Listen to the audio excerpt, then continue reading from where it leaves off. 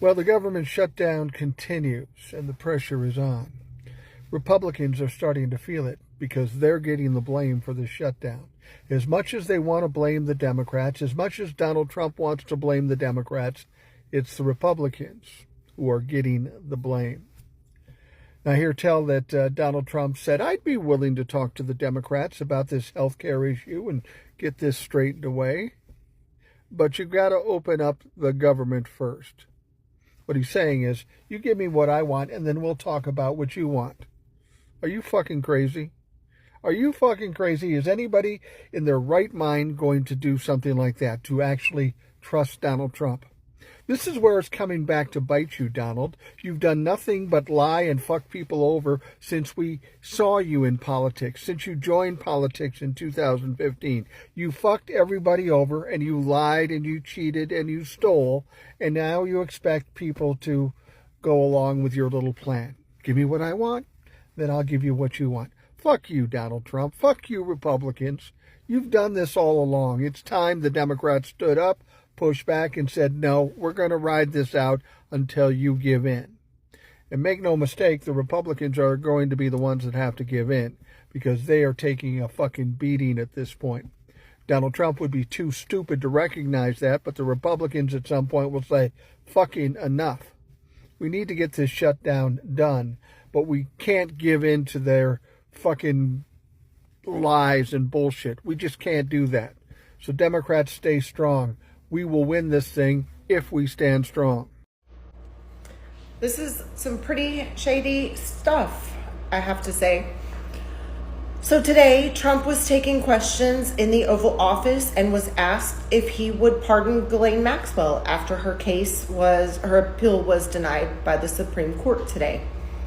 And instead of giving the only acceptable answer, which would have been, no, I'm not going to pardon Ghislaine Maxwell, since she was an accomplice to one of the worst sex traffickers of all time, he said, I'll have to take a look at it. I'll have to take a look at it. And then he said, it's been so long since I heard her name. No, it hasn't. That interview that was conducted with her in exchange for her being transferred to that spa resort of a quote-unquote prison was done 2 months ago, right? It hasn't been that long since he heard her name. What in the hell is happening? The only acceptable answer would have been, no, I'm not going to pardon Ghislaine Maxwell. Can you imagine if Obama or Biden had done this? All right, breaking news. Stephen Miller just freaked the hell out on live TV as CNN anchor Boris Sanchez asked him pretty simple questions about his inflammatory rhetoric. Stephen Miller has been constantly calling Democrats and Democratic organizations, quote, domestic terrorists. Stephen Miller is almost single-handedly responsible for upping the tension over the past week or two. Donald Trump is also to blame and a bunch of other Republicans. But the way that Stephen Miller has been tweeting about judges, about Trump-appointed judges, calling them insurrectionists, is insanely inappropriate for the Deputy Chief of Staff. So without further ado, let me show you this interview. This might be a longer video because it starts off with a normal conversation. Just listen to them at first. Circuit just a few months ago with respect to the federalizing of the California National Guard. So they start off talking, and then as I skip to later in the interview, Stephen Miller is speaking like an actual evil villain. I'm not even joking. Just listen to this. Full of color.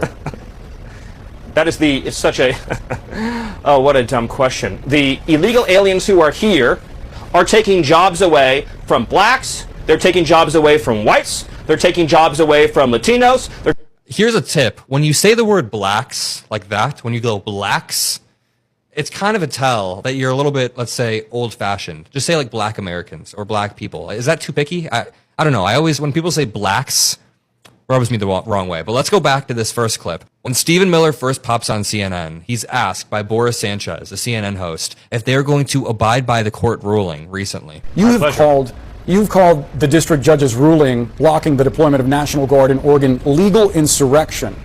Does the administration still plan to abide by that ruling? Well, the administration filed an appeal this morning with the Ninth Circuit. I would note the administration won an identical case in the Ninth Circuit just a few months ago with respect to the federalizing of the California National Guard. Under Title 10 of the U.S. Code, the president has plenary authority. Stephen? Stephen? Then it's just a Mitch McConnell moment where Stephen Miller stands there for a moment. I'm sure his screen blacked out or something, but on to the next part.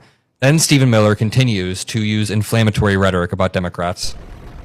Well, the administration will abide by the ruling insofar as it affects the covered parties, but there are also many other options the president has to deploy federal resources and assets out of the U.S. military to Portland. But I was making the point that under federal law, Section Title 10 of the U.S. Code, the president has the authority anytime he believes federal resources are insufficient to federalize the National Guard to carry out a mission necessary for public safety. Stephen Miller is being dishonest here. The judge said that there was no demonstrable evidence. There was zero evidence proving that there was insufficient local resources to deal with crime. In fact, crime has been decreasing. Well, remember when Donald Trump said he would never cut Social Security? Guess what? He lied. The Trump administration is about to make it nearly impossible for older Americans to get Social Security disability benefits. This is essentially a proposal to make some Americans work until they die. Right now, when you apply for disability benefits, the Social Security Administration considers your age, work experience, and education. If you're over 50, you have a better shot at qualifying because the system recognizes you're less able to adapt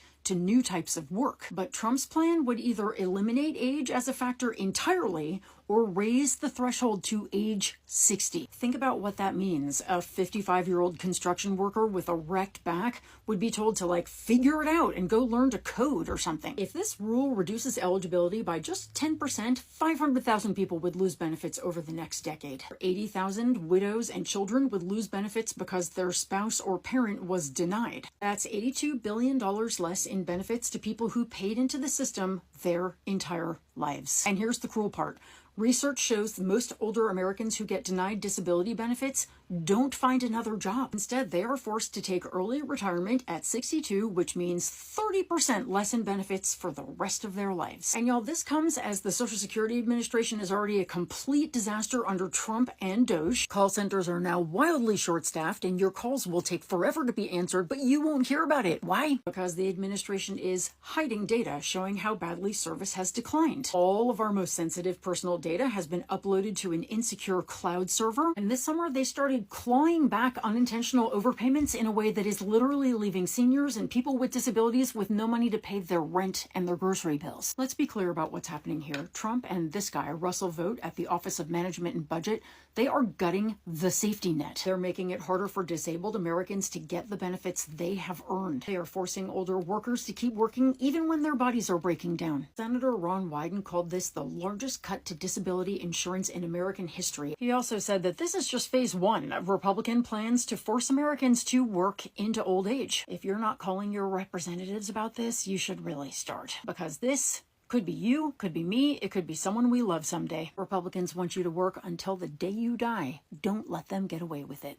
Insanely dangerous words coming out of Stephen Miller's mouth, this time directed at a federal judge. Following the two rulings by Trump-appointed Judge Karen Immergut temporarily blocking Trump's order to deploy the National Guards in Portland, Oregon, Miller decided to write and then publish this vitriolic statements where he calls the judge's order a legal insurrection, and also says that what's happening in Portland against federal agents is an organized terror attack. And if you think that Miller's choice of words is random, you'd be very wrong. Because in my opinion, the choice of both of those words is designed to suggest that the government can invoke some extraordinary powers that it doesn't really have, but that will have the effect of steamrolling, literally, over the other two branches. Calling the judge's order an insurrection certainly echoes this executive order and delegitimizes the authority of federal courts, but it also is, in my opinion, an attempt to elevate the role of the federal government to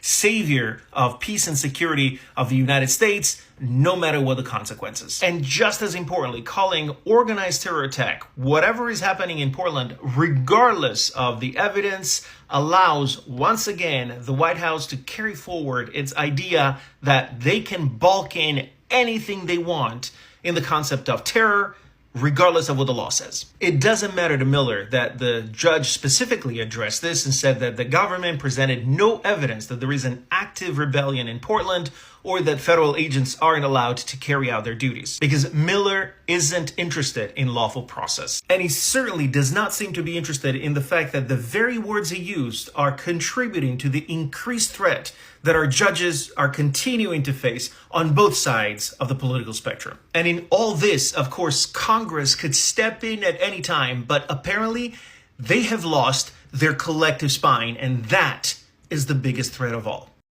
Hello, TikTok. You know, the dumb shit that MAGA gets upset about, I find extremely hilarious. Lately, it's Bad Bunny is going to perform the halftime show at the Super Bowl.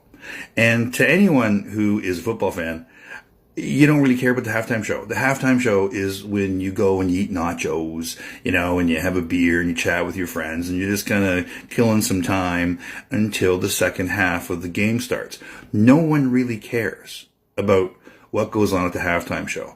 I remember being at a bar about 20 years ago when there was the whole nipple incident with who was that? I want to say Justin Bieber. It's not. Who's the God? What's his name? Timberlake. Justin Timberlake, not Bieber. Justin Timberlake, and he pulls off Janet Jackson's top and exposes a nipple.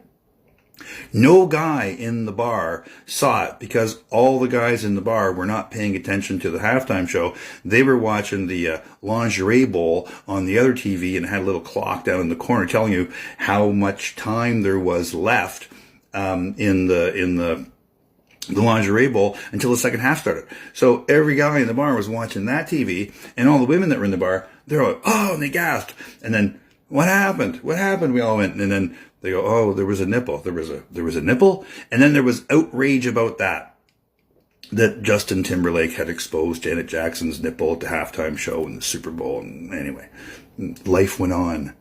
There wasn't anarchy after seeing a nipple at the Super Bowl. So life will go on after Bad Bunny, MAGA. Life went on after there was a transgendered influencer on a can of beer that you didn't like, and then you took your machine gun, some of you, and then you shot him up. And the things you got outraged about, they mean nothing. Right? You don't get outraged about the gun violence in your schools. You don't get outraged that billionaires are going to get tax cuts. You don't get outraged that farmers are losing their farms right now because of the tariffs. No. Bad Bunny, an American. Yeah, he speaks Spanish because he's from Puerto Rico, but he's an American and he's going to perform at the Super Bowl. That's your outrage. Sorry. I find you comical, MAGA. Like, seriously. The dumb shit that outrages you. I'm only hoping now that the Washington Commanders make it to the Super Bowl because their name used to be the Redskins, and then you can get outraged about that. Oh, that stupid name. They should never have changed the name. They should have kept it the traditional Redskins, which was a slur against indigenous people in North America. But no. So then you could have two outrages at the Super Bowl. The Commanders should rechange their name to Redskins before the Super Bowl starts and pick a new halftime act at the Super Bowl. Oh, God. You're comical. Anyway, I'm sure in a week or so I'll find something else. Some other dumb shit that MAGA's outraged about. Anyway, just my thoughts. See you TikTok. Bye. Because I want to work in another question that people asked about the military. And you've said, is Donald Trump going to do what he suggested in that speech, which was use the military against American citizens? And the answer to that is, I don't know. First of all, I don't know. I never know what's going to happen in the future, but I want to change the direction of your vision a little bit and recognize, as I keep saying, that all of the branches of the military are covered by the Posse Comitatus Act. That's the 1878 law that says that the military cannot be used as a law enforcement entity against American citizens. And someday I'm actually going to write down the history of the Posse Comitatus Act because it's a little bit different than people know. And I think I've talked about it here before. But the exception to what I just said, the military is covered by the Posse Comitatus Act, but the Department of Homeland Security is not. The Department of Homeland Security is a very new department in the United States. And in fact, we want its officers generally to enforce the law. And what I mean by that is within the Department of Homeland Security, we have our coasties, the United States Coast Guard. And anybody who lives on the coast is a huge fan of the Coast Guard. I mean, I guess I shouldn't speak for everybody, but there's a reason we call them our coasties. They enforce the law on the coastline, and they rescue people who get into trouble. They're part of the Department of Homeland Security. We need them to enforce those laws. There are also other law enforcement organizations within the Department of Homeland Security that we want to have enforcing the law. And one of the things that people keep confusing is they keep talking about how Trump is deploying the military in the streets. And yes, there have been federalized National Guard troops and Marines in Los Angeles. There are federalized National Guard troops now in Memphis. There have been federalized National Guard troops in Washington, D.C., and there are now 200 federalized National Guard troops going into Portland, Oregon. That's all true. But the people who are cracking heads right now all across the country are part of the Department of Homeland Security. They are members of either the Border Patrol or of Immigration and Customs Enforcement, or ICE. Those people are the ones who are doing these extraordinary warrantless sweeps that happened on Tuesday in Chicago, in which they simply went door to door on a 5-story apartment building on the South Shore and took everybody out except one guy who had double barred his door and went back to bed. That man can sleep through anything, apparently. Took them all out and put them in zip ties, including, men, women, children, some of whom were naked, held them outside for hours, ended up arresting 37 of them, or detaining 37 of them, and telling everybody else they could go. There were American citizens in that group. And again, this is being challenged right now in court as a violation of the Fourth Amendment to the Constitution, part of our Bill of Rights, which protects people against unreasonable searches and seizures. But when you talk about fears of declaring martial law, Trump is doing this without declaring martial law. This is ICE doing it. And ICE has a huge budget, and they are detaining people. They are detaining American citizens. This is a huge, huge deal. And it's getting local attention, and it's getting some national attention, but not nearly enough national attention, because when it does get attention, as in the case in New York, where an ICE agent took a young woman and threw her against a wall into the floor, ICE has to back off a little bit. So before you worry too much about martial law, which, by the way, is not Marshall like James Marshall Hendricks, Marshall. It's Marshall like as in war, Martial, like the god Mars, the god of war. That is certainly something that the administration is playing with, and it's playing with it. We saw in a declaration today that the U.S. is at war with drug cartels, although the administration did not spell out what it meant by drug cartels, and most legal analysts are saying this is just simply not going to hold water. It is dancing around that issue because that would give the president really quite large powers, but it doesn't need that to cause extraordinary havoc among our neighbors. So before you worry too much about that coming, ICE is already here, and ICE is already detaining U.S. citizens, as well as undocumented immigrants, as well as immigrants who are here lawfully, whose status sometimes changes because of the changes the administration is making, and are detaining people that they claim are criminals. But we all know at this point they're trying to. And that seems to be a pattern through the Trump administration, is they expect to have this big, open, armed welcome of their tough guy wannabe stuff. We're going to go into Chicago. We're going to go into New Orleans. We're going to do tough guy. And then, the president of Mexico stands up to him. He's like, okay. He backs down immediately. And, there's that whole MAGA screenwriter stuck in I don't know who's writing the scripts for the Trump show, but Hegseth definitely. Yeah, it's anyway. And then Trump got on and basically said that the military's going to be in our cities. The military will be used against the enemy within, our citizens. He's saying that to a room full of admirals, generals, and colonels, all of these people that dedicated their lives to actually defending this country, as somebody who's done nothing but lie, con, cheat, steal, and blah, blah, blah, blah, and you know, he loves the islands. That says a lot about him. But yeah, and he's saying that basically, if you don't like it, there's the door. Now, these gentlemen know the dangers of the storm that could be coming. These gentlemen know the dangers of the future. They know, and the people aside from them, parallel to them in the FBI, the CIA, Homeland Security, like that were doing all these investigations, also knew the dangers. So they protected evidence or what they could of the sanctity of the next step by taking whatever steps necessary.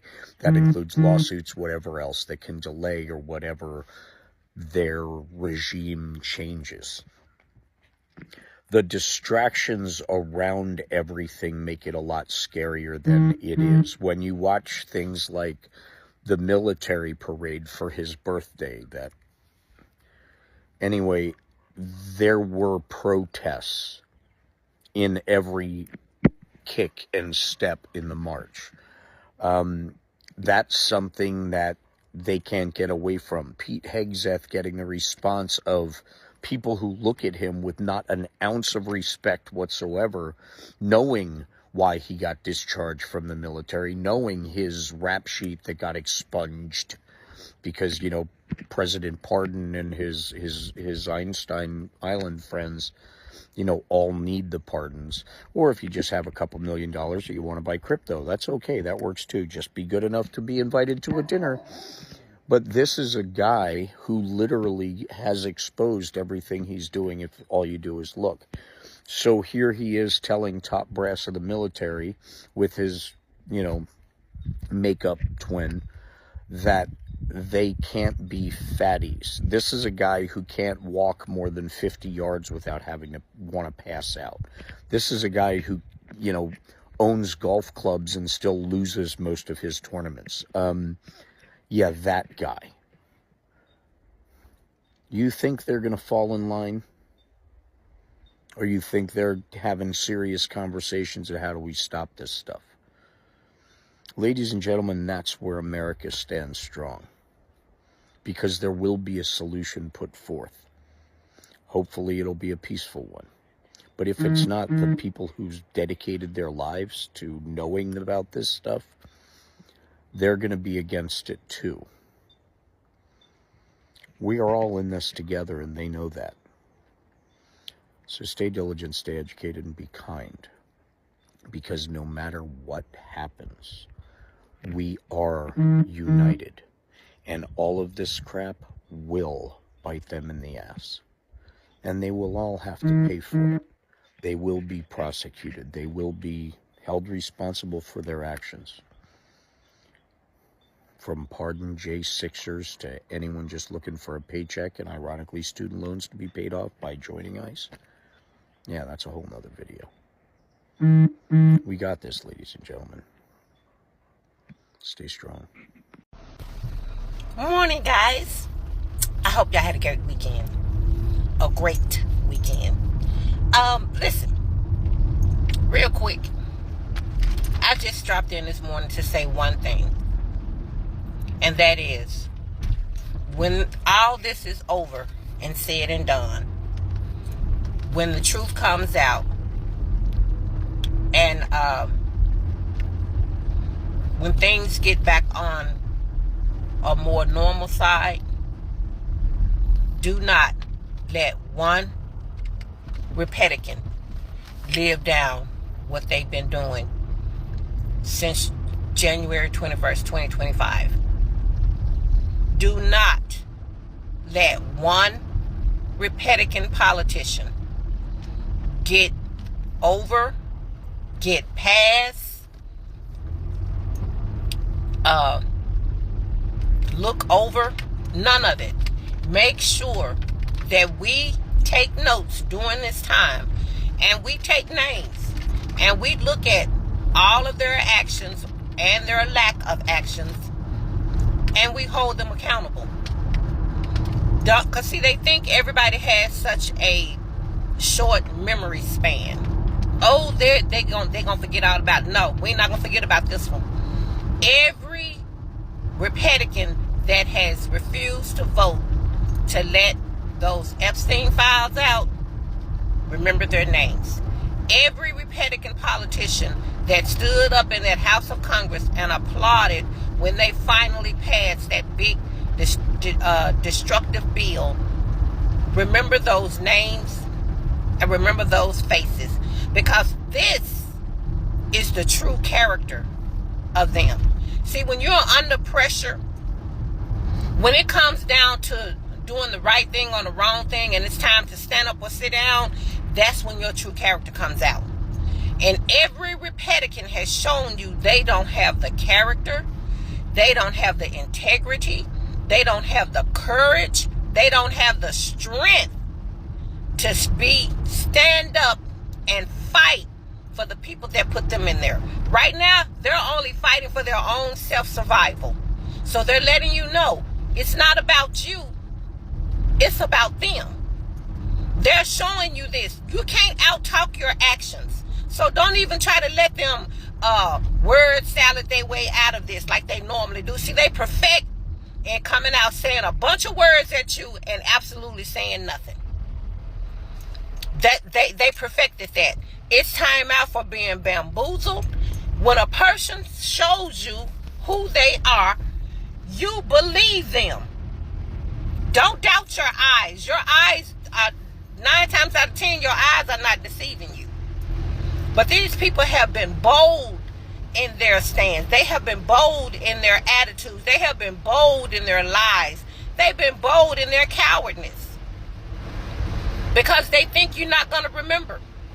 And when it comes around again, they're going to come up with a whole bunch of more lies to feed you. They're going to come up with these pretty words and these word salads to come up and try to manipulate you and distract you from your point. So you can forget that when they were in here this time, all the low down crap they done did. That you can forget that they applauded for your destruction. That you can forget that they have voted against getting justice for these young women who were young girls at the time. They letting you know. They don't care nothing about that. They lied to you during the election process, during the campaign process. They lied and said that they were going to bring out these, they were going to let go of these files. They were going to release the files. They lied and told you that they weren't going to touch Medicaid, Medicare, that they weren't going to touch any of the veterans benefit. They weren't going to touch any of the SNAP programs. They lied and told you all of that to get in that seat. They had no problem fooling you, making a fool out of you, and deceiving you. They had no problem. So what you need to do is learn how to open your eyes and look at what people are doing and close your ears to what they are saying.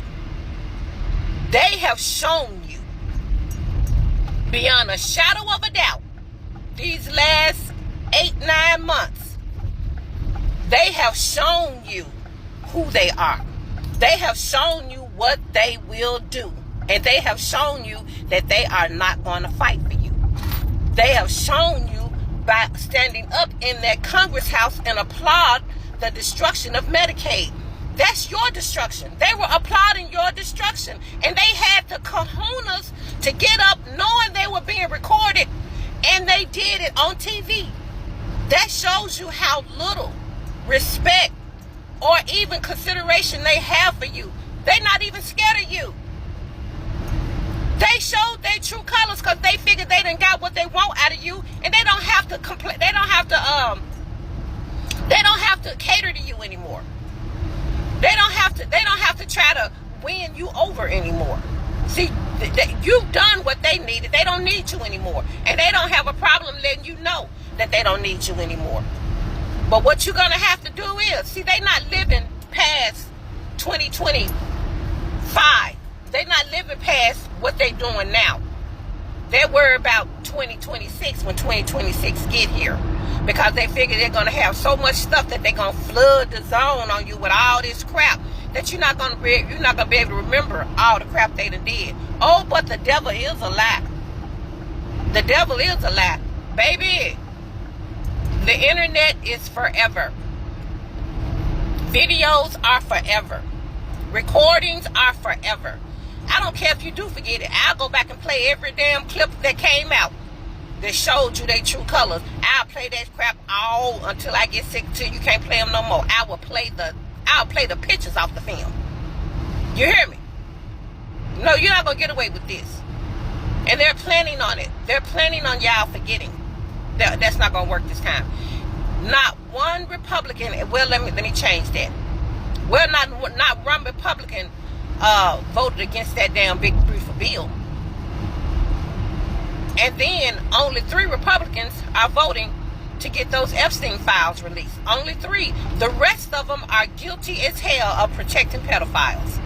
The rest of them are guilty as hell as aiding and abetting pedophiles. That's what the rest of them are. And they need to be tagged as such. Pedophile protector. That's what you need to mark by their names. Pedophile protectors. That's what they are. Don't let them live this down ever, because they're counting on you forgetting. Oh, but not this time. Not this time. Not forgetting the damn thing. And I'm gonna make sure a lot of more people are not gonna forget either. That's all I came in to say, guys. Y'all have a great Monday. Have a wonderful week. And before I get out of here, I just got one question to ask. And I want to ask this to the farmers. Yeah, I'm hearing about the bailout they trying to get them now. Is this the great part? Is it great again yet? And hopefully they'll put that money in your pocket before you go bankrupt. And a lot of y'all not looking like y'all gonna be able to hang in there that long.